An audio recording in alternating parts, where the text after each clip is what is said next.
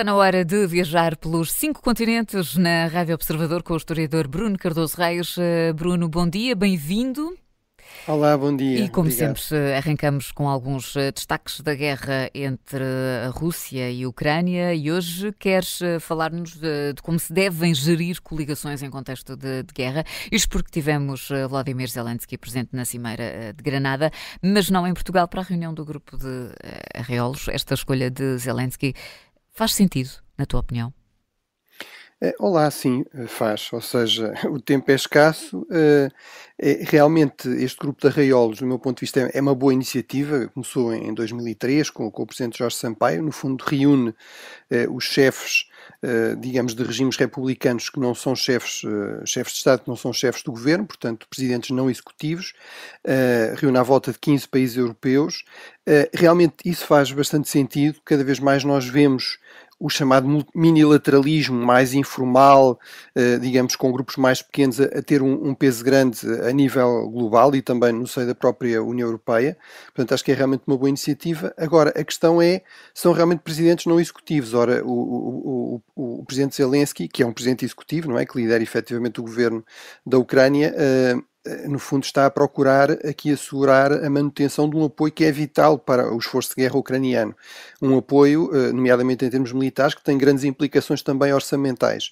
E, portanto, isso tipicamente são realmente decisões dos governos, dos chefes de governo. É evidente que estes presidentes têm alguma influência, têm algum poder, mas realmente não são eles que tomam essas decisões. Ora, com tempo escasso, com uma agenda muito complicada, realmente Zelensky em Granada podia-se encontrar com os chefes de governo de basicamente 47 países, que são os países, não só os 27 da União Europeia, mas os países que fazem parte desta nova iniciativa, desta nova comunidade política europeia. Portanto, basicamente todos os chefes de governo, cujos chefes de Estado estavam no grupo de arreolos, estavam também em Granada e, portanto, acho que se percebe que ele tenha privilegiado, no fundo, procurar encontrar-se com o máximo possível desses chefes de governo, em vez de aproveitar a proximidade para vir desta vez até Portugal. Realmente estamos num momento decisivo dessa gestão, ou seja, é normal que num conflito prolongado, eu próprio fui alertando para isso, enfim, nos últimos meses, é normal num conflito prolongado que tem alguns custos, que realmente isso começa a ser questionado, nomeadamente pelos aliados. Em termos objetivos, o custo da guerra da Ucrânia é perfeitamente comportável pelos países europeus e ainda mais pelos Estados Unidos. Estamos a falar de menos de 0,5% do PIB, em termos de peso na economia. Estamos a falar, por exemplo, no caso dos Estados Unidos, do apoio militar à Ucrânia, de à volta de 5% do orçamento militar norte-americano.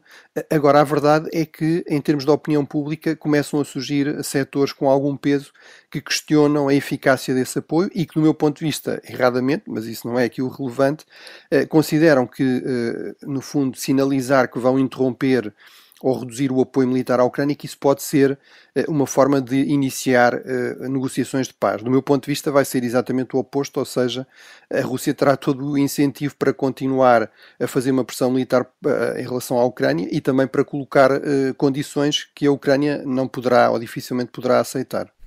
E Bruno, depois da destituição de Kevin McCarthy, o presidente da Câmara dos Representantes dos Estados Unidos, o Congresso norte-americano está em crise desde este momento que vamos ouvir agora. Nesta votação, os votos a favor são 216, os votos contra são 210. A resolução é assim aprovada sem objeções. A moção para reconsiderar está em cima da mesa. O cargo de presidente da Câmara dos Representantes dos Estados Unidos é assim declarado como vago. Está vago e gerou a crise no Congresso norte-americano. Bruno, este caos, esta crise no Congresso pode ter implicações na Ucrânia e no resto do mundo? Sim, e realmente é uma situação sem precedentes e aqui não é, digamos, uma figura de estilo, é literalmente assim. Nunca na história de mais de 2 séculos do Congresso dos Estados Unidos isto tinha acontecido, nunca a posição de Presidente da Câmara Baixa, no fundo a terceira figura do Estado norte-americano, o segundo na linha de sucessão do Presidente, a pessoa que controla a agenda legislativa, a agenda orçamental da Câmara Baixa, nunca essa posição tinha ficado vaga por causa de uma revolta, digamos, do próprio partido a que pertence. estadunidense. Isso em parte deve-se realmente à personalidade do Kevin McCarthy, do atual presidente, do atual speaker, que realmente, basicamente ninguém confiava nele, isso ficou bastante claro, não os democratas, mas mesmo muitos republicanos achavam que ele já tinha feito todo o tipo de promessas a toda a gente. Os democratas, por exemplo, suspeitaram que esta aprovação de um orçamento de emergência, que foi o que gerou aqui esta crise, tinha sido uma espécie de acidente. Ele pensava que os democratas iam votar contra porque não incluiu lá a ajuda à Ucrânia, precisamente, e portanto ficou surpreendido quando os democratas acabaram por fazer isso. Portanto, temos esse lado de personalidade, mas temos também um lado de extrema polarização, e isso significa que o compromisso entre os dois principais partidos, que historicamente tem sido fundamental para fazer funcionar o sistema político e constitucional dos Estados Unidos, que é um sistema em que o poder está muito dividido, que há eleições muito frequentes, que é muito raro o Presidente e as duas câmaras do Congresso terem maiorias no mesmo partido, praticamente obriga ao compromisso. Isso, que historicamente foi sempre necessário e geralmente era valorizado, cada vez mais tornou-se algo bastante tóxico do ponto de vista político, e portanto assistimos agora aqui, como eu dizia, a uma votação que até salvou, digamos, a gestão orçamental dos Estados Unidos. Logo a seguir gera-se esta crise, e por fim, e em último lugar, temos este dado também fundamental, que é a fragmentação dos próprios republicanos, ou seja, cada vez mais o Partido Republicano não é um partido unificado, são várias fações, e a fação que está a ganhar mais peso, que é a fração pró-Trump, trumpista, não são realmente conservadores, são no fundo revolucionários que dizem claramente que querem basicamente rebentar com as instituições do governo dos Estados Unidos, tal como as conhecemos, não têm nenhum incentivo para moderar as suas posições, pelo contrário, pelo menos até controlarem essas instituições. E isso realmente para os aliados dos Estados Unidos são péssimas notícias. Não é uma questão de que os republicanos estão mais ou menos à direita, é que realmente muitos deles parecem não querer saber de compromissos, seja internos, seja externos. Acham que basicamente vale tudo e que só os interesses deles é que importam. Ora, isso é realmente uma péssima notícia para a Europa, que depende muito aqui do chapéu de segurança que os Estados Unidos têm oferecido, mas para outros aliados americanos no mundo, e é uma péssima notícia sobretudo para a Ucrânia, que basicamente depende, em certos aspectos, do apoio militar americano, que é realmente insubstituível. Ou seja, estamos a falar, por exemplo, em termos de munições, de uma dependência que chega aos 90-95% da ajuda militar norte-americana. Bruno, passamos a outro tema e vamos a 3 continentes ao mesmo tempo, Europa, África e América, mais concretamente América do Sul, porque é exatamente nestes 3 continentes que se vai jogar o Mundial 2030, que vai passar por Portugal, Espanha e Marrocos, mas também com 3 jogos no Uruguai, Argentina e Paraguai. É a primeira vez que temos uma organização multicontinental do Mundial. Pergunto, e aqui desporto à parte, politicamente, esta decisão da FIFA, Bruno, faz sentido? Sim, do ponto de vista ambiental e também do ponto de vista, enfim, dos atletas, parece que não é uma grande ideia, não é? Parece isso mais ou menos evidente, mas realmente o que explica este paradoxo aparente é que realmente do ponto de vista da gestão política global do desporto faz muito sentido, para a liderança da FIFA faz muito sentido, no fundo é uma forma de satisfazer o máximo de países influentes, de federações regionais importantes para depois se manterem no poder. No fundo são 2 decisões numa só, porque temos este Mundial Tricontinental em 2030, mas também o anúncio ao mesmo tempo que o de 2034 só admitirá candidaturas da Ásia e da Oceania. Ou seja, eu ficaria muito surpreendido se a Arábia Saudita, com os seus milhares de milhões, muitos deles investidos no futebol nos últimos anos, como por exemplo o nosso amigo Ronaldo pode testemunhar, não fosse aqui o país escolhido. Portanto, qual é aqui o que é que se pode concluir disto? Por um lado, ponto 1, durante muito tempo este tipo de eventos era criticado pela falta de inclusividade, por ser muito exclusivo, digamos, de países ricos do Ocidente. Ora, o problema é que quando se quer mais inclusividade, as democracias e o respeito pelos direitos humanos realmente não abundam fora da Europa e fora da América do Norte. Portanto, vamos ter muitos países, como a Arábia Saudita, com regimes bastante autoritários, com, digamos, regimes legais que pouco respeitam os direitos humanos, os direitos das mulheres. Depois, o ponto 2, realmente, do ponto de vista de Portugal e de Espanha, foi bem jogado, ou seja, foi bem jogado ir buscar Marrocos, um país africano e islâmico, foi bem jogado aceitar também a América Latina para maximizar aqui esta lógica de inclusão e, portanto, é realmente obra conseguir vencer contra um lobby tão poderoso como o lobby saudita.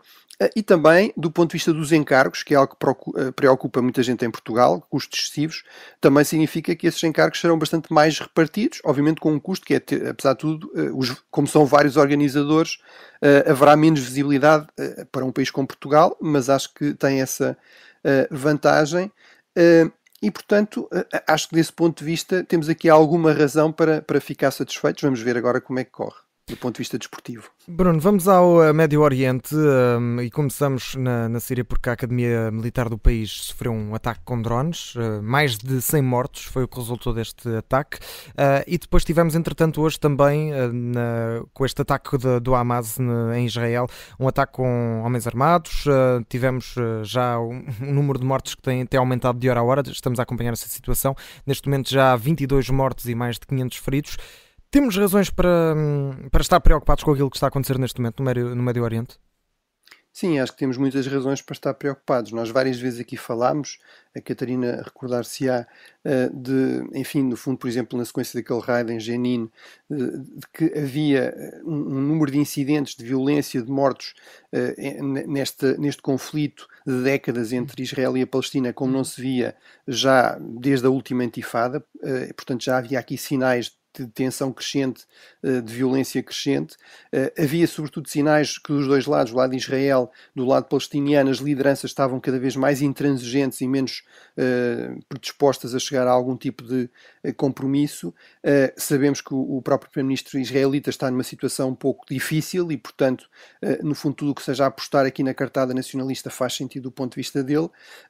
Agora, isso não significa que isto não seja extremamente grave, sem precedentes, no sentido que desde que Israel se retirou da faixa de Gaza, o Hamas, este movimento de resistência islâmica que controla essa zona, nunca tinha, de facto, infiltrado soldados em Israel, portanto, tinha havido ataques com mísseis e tudo isso, portanto, é uma situação realmente que tem aqui um elemento de escalada muito significativo e vai certamente levar Israel também a uma resposta que Israel considera proporcional. Se o resto do mundo a considerar, teremos de ver. Mas realmente é muito preocupante, isto numa altura em que se falava, por exemplo, de Israel procurar com a mediação americana um acordo com a Arábia Saudita que incluísse concessões aos palestinianos. Portanto, tudo isso, mais uma vez, estará certamente muito mais complicado, muito mais difícil. No caso da Síria, também é verdade que Assad é um dos grandes sobreviventes das chamadas primaveras árabes, conseguiu que o seu regime não fosse eliminado, mas à custa de um país completamente arrasado. Também já falámos daqui várias vezes disso. Ele controla à volta de 60% do território sírio apenas, continua a haver grandes enclaves no norte controlados por grupos sunitas e também no nordeste por grupos curdos, aí com algum apoio até dos Estados Unidos e a presença dos Estados Unidos por causa do combate contra o Daesh. Não se sabe, como dizias, exatamente quem é que foi, mas de facto não lhe faltam inimigos, inclusive ainda dentro do próprio país. O problema é realmente que o que é previsível, mais uma vez, é uma escalada no nível de violência. Portanto, aqueles que achavam que a situação na Síria, da guerra civil síria, estava terminada e agora a única questão que se punha era realmente a reconstrução, aceitando que Assad sobreviveu, realmente claramente estavam a ser otimistas. Ou melhor, a respeito disto, eu recordei-me destas duas histórias, recordei-me de um colega e amigo egípcio que dizia que no Médio Oriente um pessimista é aquele que diz isto não pode piorar mais e um otimista é aquele que diz pode piorar, sim senhor. Bruno, do Irão, ou neste caso para o Irão, vai sim o Prémio Nobel da Paz, não para o regime, mas para Narges Mohammadi, ativista pelos direitos humanos e das mulheres no país. Vamos ouvir o momento da atribuição do prémio. Women, life, freedom. Mulheres, vida, liberdade. O Comitê Norueguês do Nobel decidiu atribuir o Prémio Nobel da Paz de 2023 a Narges Mohammadi pela sua luta contra a opressão das mulheres no Irão e pela sua luta para promover os direitos humanos e a liberdade para todos. Women in Iran and her fight to promote human rights and freedom for all. Ela está presa neste momento. Achas que esta distinção pode ajudar na libertação de Narges Mohammadi? Não, infelizmente acho que não. Acho que, enfim, os precedentes aí não são muito auspiciosos. O Prémio Nobel já foi atribuído 4 outros presos políticos. Em todos os casos eles mantiveram-se presos, com uma exceção. Há Aung San Suu Kyi, a líder, digamos, da oposição birmanesa, que entretanto foi liberta, até chegou a liderar na prática o governo, mas entretanto já voltou a ser presa. É realmente um prémio absolutamente merecido e incontestável, diria eu. É uma verdadeira ativista e uma verdadeira heroína. É alguém que continua a organizar a resistência, a contestação ao regime no interior da própria prisão de Evian, que é a prisão política mais notória do Irão. Portanto, é um exemplo extraordinário de coragem e de convicção. Este movimento democrático das mulheres é também ele próprio extraordinário. Agora, a verdade é que não tem realmente uma vitória garantida, muito menos fácil e rápida. O regime está determinado a fazer o que for preciso para sobreviver, isso é muito claro. Não se deixa condicionar por pressão internacional. Também na sua reação a isto veio dizer mais uma vez que isto faz parte de uma conspiração do Ocidente contra o regime iraniano. E, portanto, aí de facto não se pode esperar boas notícias. Apesar de tudo, é uma forma realmente de dar visibilidade a este movimento extremamente corajoso de oposição, de contestação ao regime teocrático no Irão. Bruno, muito rapidamente vamos ainda à primeira cimeira de ministros do interior da União Europeia e também os parceiros da América Latina, aqui com um ponto importante, o tráfico ilegal de droga. Achas que podemos esperar uma resposta mais eficaz a este tráfico ilegal? Num minutinho, Bruno. Bem, é realmente muito interessante. É a primeira reunião dos ministros do interior da União Europeia com os seus homólogos da América Latina. Criaram aqui um grupo chamado CLASI, portanto, que é, no fundo, o Comitê Latino-Americano de Segurança Interna, que é coordenado neste momento pelo Equador, que é um país de que já falámos precisamente porque um dos candidatos presidenciais foi assassinado por um gangue ligado ao tráfico de droga. Ora, o ministro do Equador, no contexto desta reunião, veio precisamente dizer, no passado, a maior parte da droga que passava pelo Equador, ou que era produzida no Equador, ia para os Estados Unidos. Hoje em dia 80% vem para a Europa. E realmente nós, se calhar, não nos apercebemos completamente dessa mudança, mas é realmente assim. Ou seja, nos Estados Unidos passou a haver uma enorme concorrência das drogas sintéticas, dos comprimidos. O mercado da cocaína caiu praticamente para metade. Isso significou que realmente houve que encontrar alternativas e estes gangues de narcotraficantes basicamente passaram a focar-se na Europa. Houve uma enorme expansão no mercado europeu, onde o preço é muitas vezes 50 a 100 vezes mais elevado que nos Estados Unidos, onde as penas do sistema judicial são muito mais baixas que nos Estados Unidos e onde também o investimento no combate é bastante menor do que nos Estados Unidos. Estima-se que seja menos de metade também o orçamento do combate a estes movimentos. Portanto, é fundamental este esforço de coordenação num tráfico que é obviamente completamente transnacional e, portanto, aí a cooperação entre os diferentes países é essencial, o que não quer dizer que seja fácil ou que tenha resultados garantidos. Bruno, ficamos hoje por aqui. Muito obrigada, Bruno Cardoso Reis e 5 Continentes, de regresso para a semana. Bom fim de semana, Bruno. Obrigado.